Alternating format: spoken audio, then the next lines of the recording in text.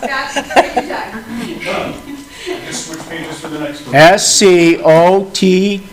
Okay. And then he stole 10, so nobody else is welcome. To be fair, you signed me in too, so that's what. Okay, so do I need to be here for recording? Is that what? No. Okay, We'll pick you up. all right, thank you.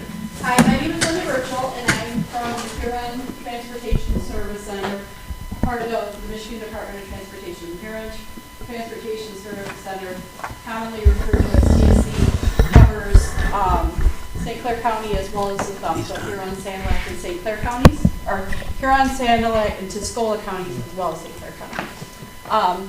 And we were asked to come here today to talk about a proposal. It's not a decision that has been made, and we just wanted to share some information regarding the potential for a road diet on M29 between Chartier Road and the Bell River Bridge, or Bell River Avenue, per se. We always have to do the Title VI Civil Rights Act disclosure, which is before you. And so I am Linda Birchall. I manage the 4 counties for ODOT, and this is Peter Rogers, and he's one of the transportation engineers in my group. So he was able to join me tonight, and I appreciate his help. So as I was saying, we have a proposal for a road diet on the section between, okay, turn your head to the side because north is To the right. depending on which image you're looking, is that way or is this? Yeah, that's fine. On the section between Chartier up to the river. We have a project that is we're going to be paving that section of road in 2025. The project has already been let and awarded to a contractor. Great. And they will be starting work the end of April and should be done before mid-June. But the project has been let to put the pavement marking back as currently exists out there right now. But few years ago, I can't recall who contacted me, but somebody, it may have been somebody from the city, or it may have been somebody affiliated with the non-motorized. There's a lot of non-motorized folks in St. Clair County, which I can appreciate for sure.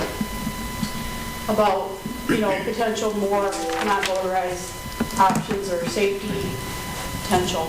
So that's one of the things that could be better accomplished with the road diet. So a road diet is relatively a conversion of a 4-lane road to a 3-lane road, as you can see in the images on the screen. It creates a center left turn lane, which is particularly valuable for areas such as this that have a lot of driveways, because people, when somebody's in a through lane and has to stop to make a left turn, they're stopping through traffic. Right turn maneuvers are always quick to make that turn, but when you have to cross opposing traffic and you stop in a through lane, it stops through traffic from behind you, which can present rear end crashes and the like. Another advantage of a road diet is that it provides refuge for people coming in from side streets or driveways, that they aren't entering into the roadway where traffic is coming through in the other directions. So if we were to put the road diet in, we're basically converting the 4 11-foot lanes into 2 11-foot lanes for through traffic and a 12-foot center left turn lane. And was it 5-foot? 5-foot non-motorized on either side, on both sides of the road.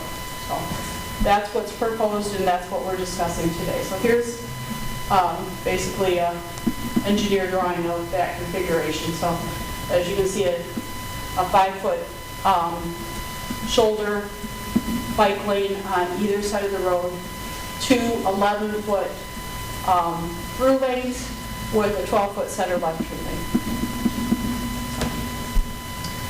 And as described, this past fall, we were able to pave the Chartier Road intersection, which we did independently because we were using a high-street asphalt to deal with the commercial industrial traffic gravel trains that had rutted up that intersection so severely, which is a more substantial mix than we're going to be using on the upcoming project. But this project will be starting on the north end of where that paving was done this past fall, and proceed up past Ward, and there we Do we want to go to the end or the? keep on. We'll step through it as Okay. as you have. Thank you. Ward Street with the crosswalks. The pavement markings will exist we'll have crosswalks. We'll have, the same configuration. The only configuration changes would be the lane markings, and we'd have a few different signs just because the lane usage, what would, for the driver, wandering public. And it would continue on up past West Street, around the curve to the Bell River Avenue, which is just prior to the river. That's the proposed, so it would, as you can see it tapering down to what it is already on, I think it's called Broadway, we call it M29. Right there, I believe it's Fairbanks. Yes, Fairbanks. Then, Now you're really messing. I know, There's Broadway on the other side. and then Broadway east yet of. Okay, thank you. I stick with our connotations of what we do. So, again, I'm Linda Burchell, I'm here from the Huron TSC, and Peter Rogers is here as well. And we can address any questions or comments that you have regarding it.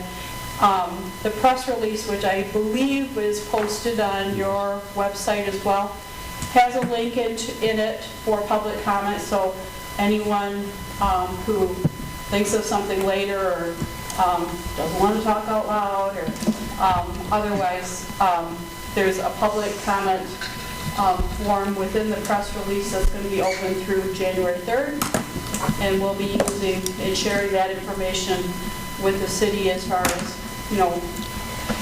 our responses of that and is this a risk or is this something we would mitigate or could it be worse type of thing through January 3rd. So, Linda, may I ask you a few questions on behalf of the city? if they're easy. And they are easy. Just to clarify, so your original comment is that this is being considered from Chartier to the river. Yep. It was my understanding this was Chartier to West Street, and then from West Street towards the river was part of a TAP grant process. Could you clarify that, please? Our project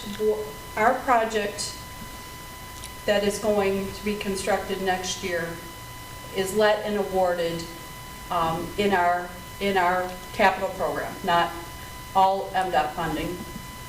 And it would be putting the pavement markings down exactly as they currently exist today. Okay. Unless we get a resolution or support from the community to change to the road diet. The funding for next year's project is our project, not a TAP grant, and it spans the complete limits that I described. My second question based out of that is, would you reiterate, this is a permanent change, not a temporary change? Right. We have the opportunity to make this change. I have pavement markings in my project that's coming up next year. One, I don't have money to replace the pavement markings later, but even more so, the last thing I want to do is improve the road surface and come back and have to grind that down to remove the pavement markings and put in the new surface, or put in the new pavement markings. It's the scarring of the pavement markings becomes confusion for the motoring public. It depletes the value of the new surface that was just put in. So unfortunately, it needs to be a permanent decision. Additional questions based on that, so it's a permanent fix. The 2 5-foot buffer lanes, if you will, can they be identified? I know in some communities, they're probably a little larger and used for parking. Some call them bicycle lanes, some call them buffer lanes, some call them... I think it has to be a 10-foot lane to be classified as an official bike lane. And we're only able to provide, we're not changing the road. The road width is curb to curb. And we're working within the confines of the existing road geometrics.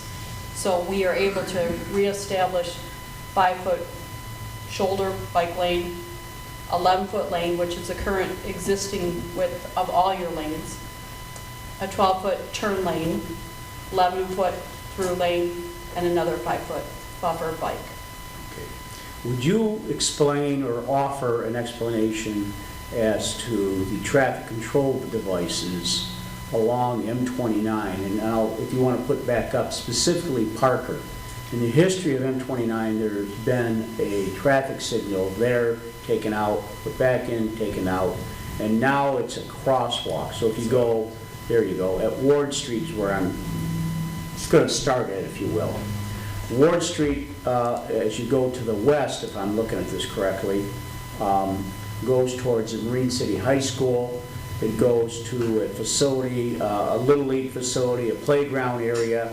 On the left side or the south side of the street would be a Lions Club that the city recently purchased as a community center. We would put a splash pad in there, add park amenities and other things. It's also the trail end for the Beta Bridge Trail, which is, if the picture was a little wider, you could probably come to it. The old railroad. You want to go to Google? Get the, Okay, so it's the old railroad pathway. One of the concerns is the reestablishment of a proper crosswalk.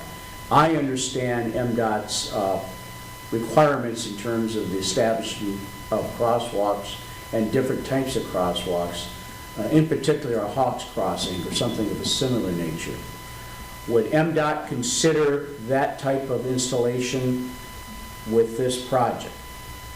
This project is let and awarded. We can't, it's under contract, so there will not be, I can change where I put the yellow and white lines. I cannot change, add work, add length, make any changes to the contract that is currently exists. So at times during the fiscal year for the state, no different really than the city, as we get towards the end of our fiscal year, we find that perhaps we have funds available in one account and that become available to use for other needs. Sometimes that happens with MDOT that I'm aware of, and funds became available that maybe a project became under budget, which that happens, people are surprised, but or not utilized. Maybe they don't utilize, they couldn't get the project off the ground, and those funds are available. Could the city tap those funds for consideration of a Hawks Crossing? There's a process. I'm familiar with the process. There's a process for approval, like warrants that are needed to be met. So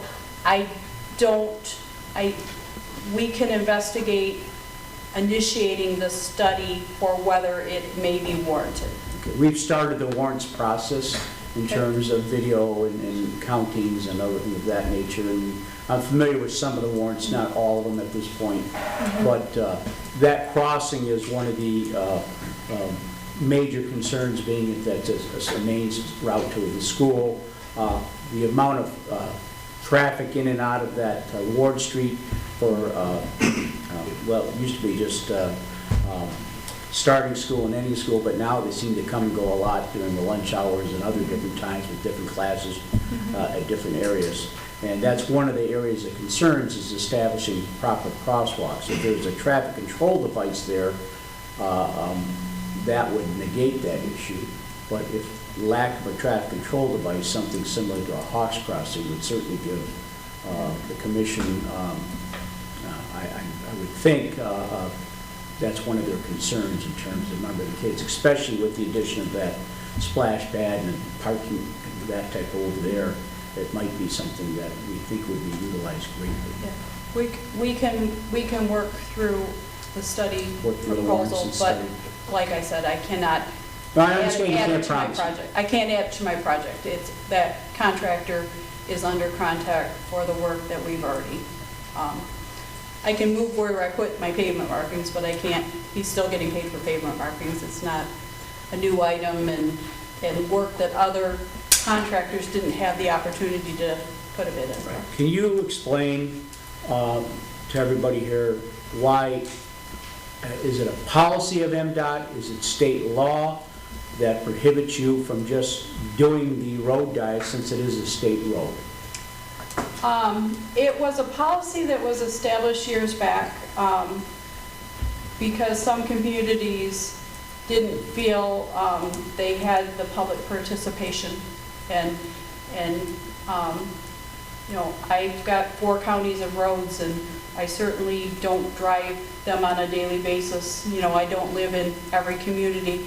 So MDOT had established a road diet checklist, which basically looks at the traffic volumes and different criteria of the road to see if it would be detrimental to traffic flow. We don't want to create an unsafe opportunity. Road diets are intended to be a safety opportunity to improve. So in lieu of us coming in and saying, we're going to do this because we think this right, we have added to our checklist a component that includes public participation. So without the lack of a resolution supporting this, would MDOT implement a road diet? If we don't get a resolution, we will be putting the 4 lanes back. And one more question, and I don't want to take all the public's time, but I'm trying to ask questions that have been posed to me, and I may be aware of, so everybody else is aware of. Appreciate it. So the process of going through this, the contracts have been let. It's my understanding, and correct me if I'm wrong here, that the painting contract can be amended because it's a matter of where the lines go on the pavement, and the amount of the contract is pretty close. We have yellow and white in our contract. So that's the reason why this can be amended. Where they're going to put it down can be, you know, a non-significant contract change. But other than that, we're not moving curbs, gutters, we're not Nope, doing exactly anything same else. road. So that's the purpose of, and then last but not least, the timeline for this process. We've talked, if the council was to make a decision in January, is that sufficient for MDOT? We would need one as soon as possible. We will be having our pre-construction meeting shortly with our awarded contractor. And it's not, you know, you may think, well, pavement markings is the last step, but we're also going to be milling the road such that the joint lines would be on the new lane separation. You know, that if you got a joint going down the middle of the lane in the dark and the light, it could be misconceived if the paint is faded that the lane is differently, just like the impact of grinding them off after they're already on. So we would like to know that ahead of the pre-construction meeting, which is either going to be late January or the 1st of February. So as long as the decision is made by the commission in January, we get that back. I think we can be okay. Thank you for answering my questions. Yeah. Okay. Yes. Is there work that the city needs to do on these roads before they do the paving? Like sewer or water that goes underneath it? It's my understanding, and I just learned of it today, but maybe some of my staff was aware of it that I wasn't aware of, that they're going to be doing some water main work starting shortly. And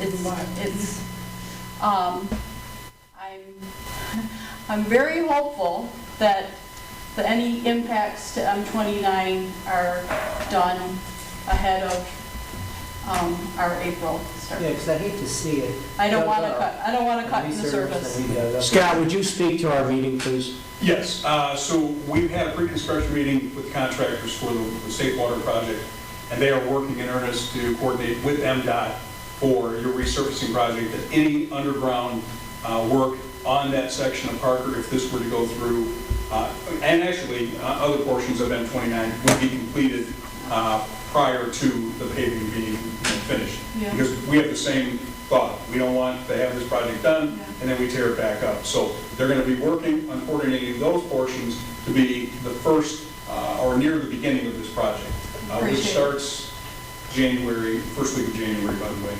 Here. No, nothing kills me more than a freshly paved, that's art to me, freshly paved road. And have a brand new utility cutter, the like, and it just breaks my heart, so. Yeah. I've seen, just to, like for this road diet thing, I've seen where people don't like to use the center turn lane. They see it there and it's like, I'm gonna make a left turn in my lane. I don't know why. I don't know why either. And like- It's definitely better refuge for everybody. And from, I mentioned the fact that you're not gonna get rear-ended if you're not stopping in the through lane. Like by getting over, you can separate and keep that other flow continuing. It can be refuge for getting in and out of side streets or driveways, so I can get out to that lane and then get into the lane that I'm Yeah, because traveling in. currently, if I see someone making a left turn, I just go around it if it's clear. And I've seen them in Algonac a lot, is I'll be in that one lane and somebody will pass me in that extra lane. And there's a solid white line there, and people like, I don't want to go the 40 miles an hour, so don't pass me in Algonac. It's like, Yeah. solid white line, don't cross. That may be a law enforcement challenge. Yeah, it's just. Always is. Yeah. And people are used to what they're using, sometimes it takes a bit to get used to a change that I've drove this road for 50 years, so. But the intention is also with the, and we have this in a lot of communities where, where you're jumping in and jumping out in that lane. Well, those are all conflict points where, if everybody stayed in the lane and you don't have as much stoppage because you're separating that left turn movement from your through movements, right turns are typically quite, quick. You can keep that through lane as a, you think the capacity is reduced because the lanes are reduced, but in fact, by separating that left turn that was stopping and causing more potential for conflict, crashes, you're actually moving your people better. And you're reducing the risk of those people jumping around and, coming in and out with more conflict points. Well, then with that concept though, by allowing people to continue to, what does the study show on how that increases speed? Because if I know that nobody's going to be in front of me to make that left-hand turn, now does your speed increase, with the speed limit? And it's 35 out there now. Does that concept, does it show it go up or does it show it down? It hasn't. You have more volume in there, and literally, because what you had in 2 lanes is now in 1 lane. So your volume is increased, but it hasn't presented as a finding that because of separating those conflicts that people are going faster. Has there been a study on that? There's been a million studies, and that has not ever been highlighted as a positive or negative Okay, thank you. that I've ever saw. Mm-hmm. Yes. So Linda, as you're aware, we have had some conversations. The city has an approved TAP grant project Yep. that was approved in March of '23. That project is now looking to be a 2025 project, pending some final changes to the plans. An assumption that, let's say there is a potential for a road diet here, there would have to be a marrying of those two plans together, I believe, because the Bridge to Bay tap grant portion has a road diet as part of it on Broadway, from Water Street to the bridge. Of course, it's restricted at the Bell River Bridge, and then it picks back up for a short piece along what's Fairbanks there to the curve at Frederick Street. Now, initially, it was determined at Frederick Street, but that is a safety issue.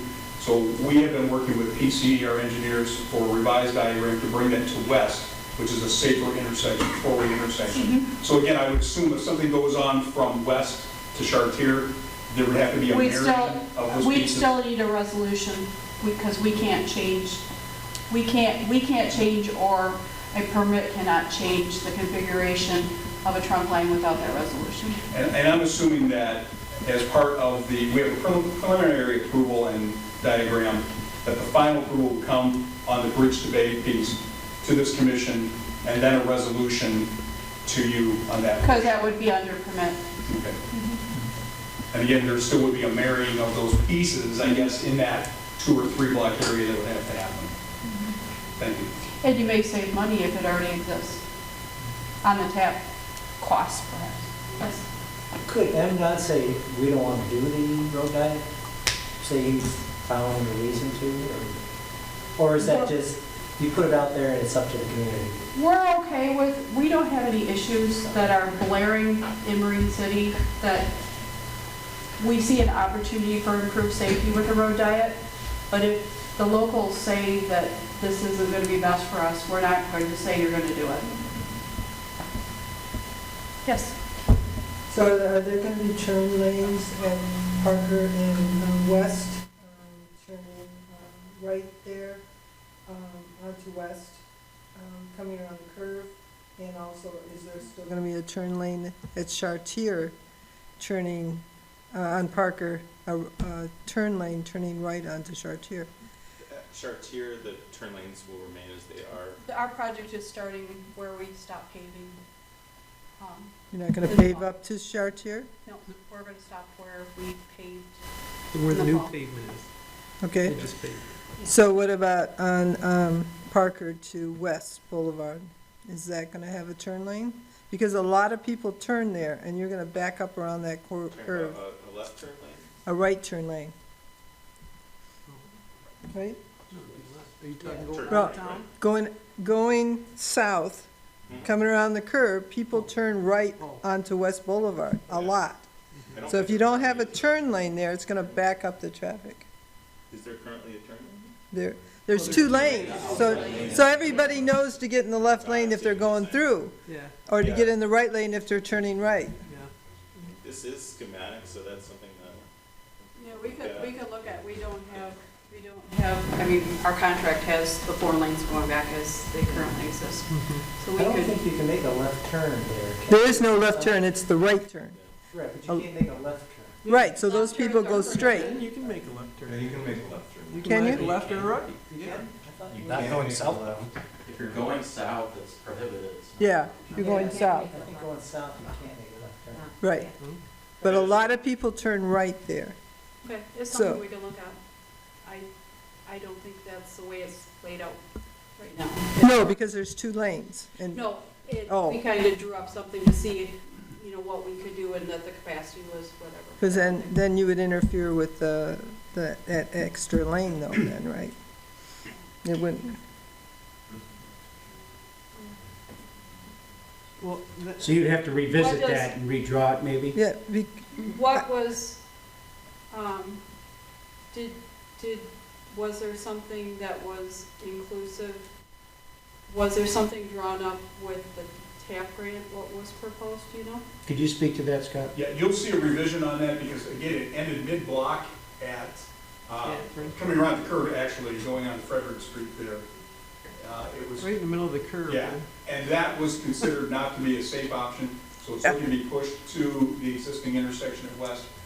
And something coming from PCE shortly, I don't believe to change any of the lane configuration there because that's really just a shared piece, only on the southbound side, because there is no nothing north. I of just that. wondered if there was something laid Yeah. out that we should look at. or- Yeah, they're gonna be sending something, but I don't think it had any lane configuration from what's existing there now. It's just removing their initial proposal of that mid-block crossing, which, again, we deem not to be the safest. Yeah. We're looking at Yeah. it. Yeah. Cross them where the existing crosswalks are in place now. Mhm. Yeah, we can look at it, but I don't have an answer for you tonight, sorry.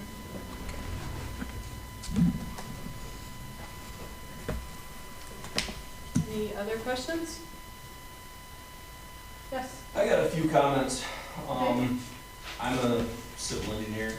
I work doing this on a daily basis for another local agency in the area. I've worked for MDOT, I've worked for Oakland County, St. Clair County, Kalamazoo. You're one of us.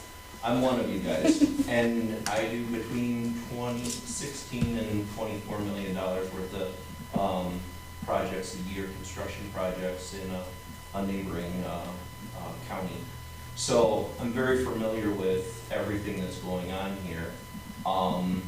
Earlier in my career, I did a handful of different road diets, only to, between 7 to 9 years later, them be converted back over Really? to 4 lanes, at a great expense to the taxpayers.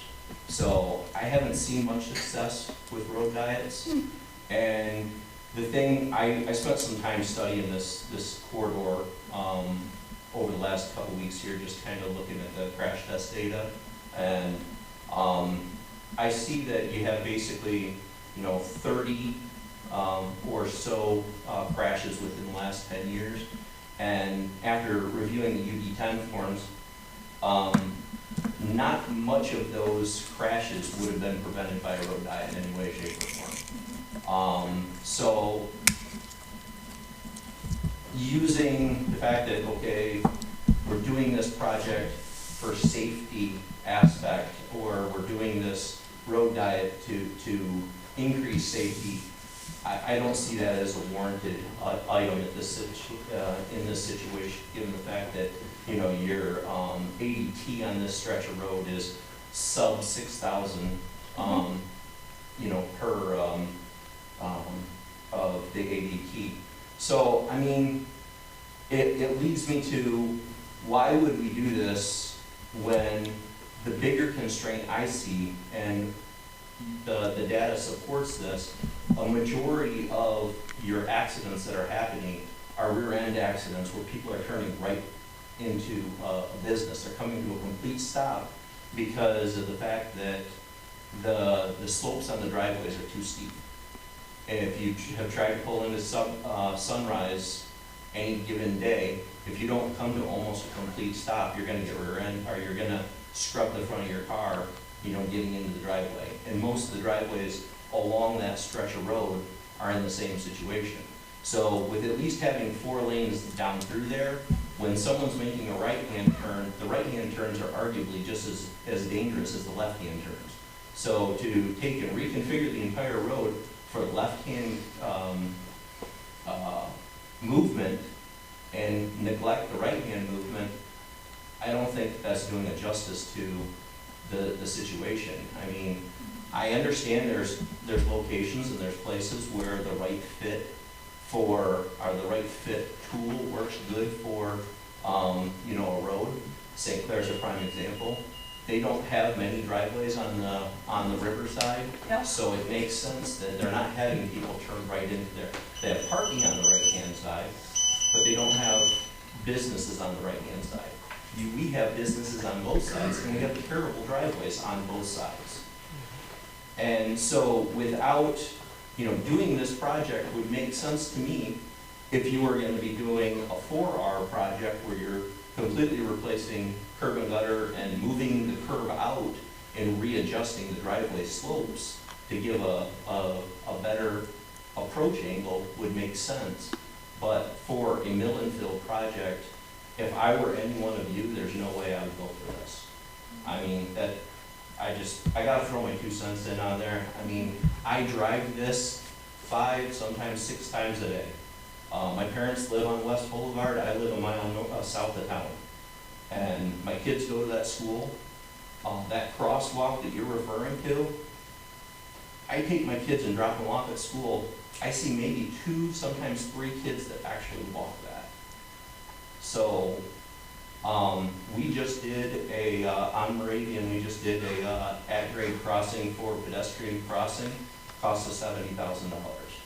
So are we spending $70,000 for 2, maybe 3 kids that might be walking? I don't know that that's an efficient use of money there.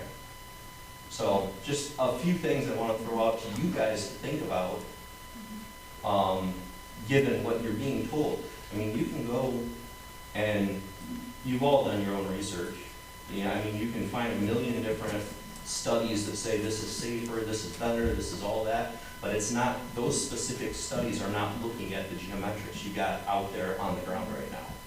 So, once again, I just wanted to throw my 2 cents in on I'm not a saying lot of that it we're with you. pushing for this or I've been at this for 26 years. I've never had a road diet revert. Okay. They've been receptive to them in every community that I've ever placed one in. Said we should have done it a long time ago. So I have not personally experienced a revert back to a different cross-section after the fact. There is, besides the left turn movement, there is what I described as managing the safety risk of the jogging vehicle coming around, the through vehicle. There is the opportunity for turning in and out of driveways on either side of the road.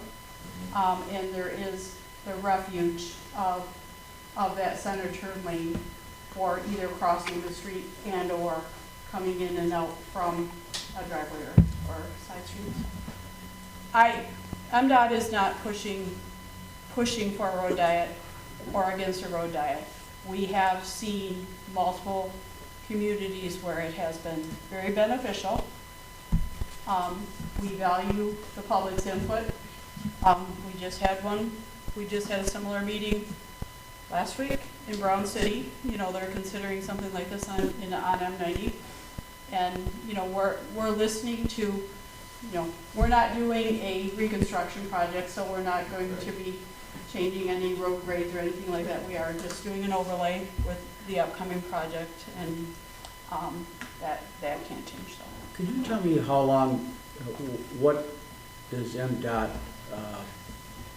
what gauge do they determine the mill and fill will last? Is there a time period you project it to last? I think that they call it a life extension, but life extensions are, with the asterisk in the corner saying, but say you can get an overlay that may last 10 years, but you may be coming in at, 4 years and doing a crack seal, which could be another extension, or you could be sealing the pavement at 7 years, which could be another extension. So it's not necessarily this year's project is going to get you to there, because it's always our intention to keep extending the life of that pavement, protecting it from water and other things. Okay, so you can't really put a number on it, and maybe the next time, We I'm assuming the next time won't be a mill and fill, it'll have to be a complete. Not necessarily. Next time is probably a crack seal. When cracks present, we will seal it so that water can't infiltrate the pavement and break it down. But we have, a life cycle of fixes. Unfortunately, we'll never have enough money to take care of all our needs, so we have a whole mix of fixes to try to keep our roads in the best shape we can. Yes? You're not changing any of the curbing. Nope, the road is the same. There's a restaurant right there on the corner of West Boulevard, and the only way to get in it is to get off of 129 and come in the back way on the street. Mm-hmm. Yep. That curve is awful. Yeah. We are working within the existing, is there any curb work? I don't think so. Only, so as part of this project, Sidewalks. they'll be upgrading the sidewalk ramps for ADA compliance, so there'll be very minimal curb work just around the ramps. We're tying that back in. We have to be in compliance with the American with Disability Act ramps and truncated domes and that type of thing. Yes?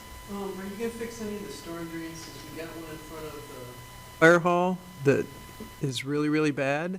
No, but we can talk to our maintenance about it. Yeah, because I think they did some, yeah, and it's bad, because those big trucks, one of these days, it's gonna take it out. Sinking, doesn't it? That's like a. Okay, I can bring it back. Yes?